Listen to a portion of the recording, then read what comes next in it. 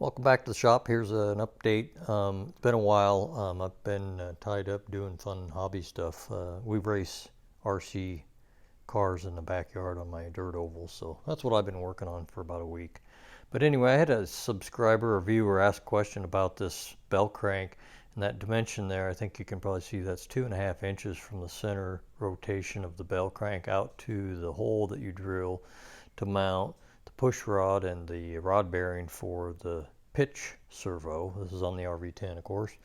And the question was, is that 2.5 an accurate dimension? Because in the notes here, I think it's in this paragraph or one of these lines, that it indicates that that might be variable and you want it to have throw so that it has the best chance of having enough torque to move it. What I decided to do, and I actually found an issue that I had a different bracket in there. I got a unused bracket from a local builder, and I think it was an older version of the bracket, and I'm not sure if it came from Vans or if it came from Garmin. I think now, and I'd have to go look it up, I think this bracket here, you can order a pitch install kit from Garmin that includes all this hardware and that push rod and the rod bearings and all of that. So that's probably what you would get nowadays, and if Vans sells it, that's probably where they're getting it. I don't know that, but anyway, I had a version of that bracket that was a little bit different, so when I went to measure to see how that rod bearing or that push rod was going to look in there, it actually came out to be like it was way too close. So if I'd made the push rod the way they call it out here, which is back on this page, if I'd have made it out like this, it would have been way too long. So then I realized there's something screwy going on there. I checked into that, and I had two of those brackets, and I'm not sure where I got the second one, but I tried the second one and it was a different actual distance from the center where it located and how it mounted. I'll show you that here. I've got the new one in there now, or the second one, and it positions further aft.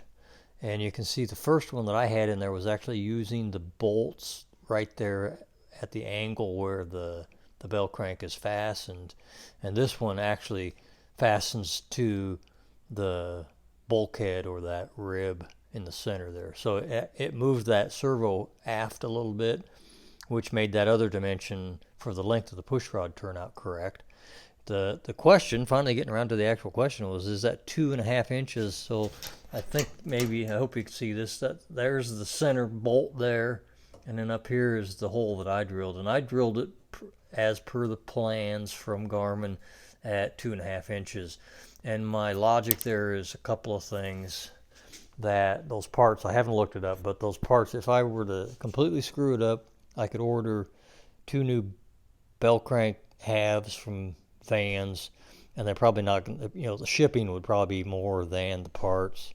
So I could completely rebuild that if it turns out that there's something wrong. And the second thing is that I don't think the control force on the RV10 is so high, it's not a heavy feel to it, that it's going to be a problem for the servo even if it's not optimal. And the third thing is, when I noticed that, I took this apart. I took out the spacer rivets here. I made a new spacer, and my spacer is kind of triangular that goes down there and covers that. So that's where I drilled my hole. If I want to, I could probably drill a second hole a little bit further out, which would make the servo have an easier time of moving that, because it would move that easier or further for the same distance here. Anyway, bottom line is, I don't know. I don't have a good answer. The best thing is that if I realize there's some big problem, or I learn something later on, which would be more likely, that I needed to change it, then I could just order parts and build a new one. So I hope that helps. And the wiring's coming along slow. I was thinking about moving my 429 box, that's the one right there in the center of the frame. I was going to move that forward because there's going to be a bunch of wires, like 3 sets of 2 wires shielded, that have to go clear forward. And I thought about, well, I might as well move it forward to reduce the number of wires, but I decided just to leave it there. So that's where I'm at. See you next time.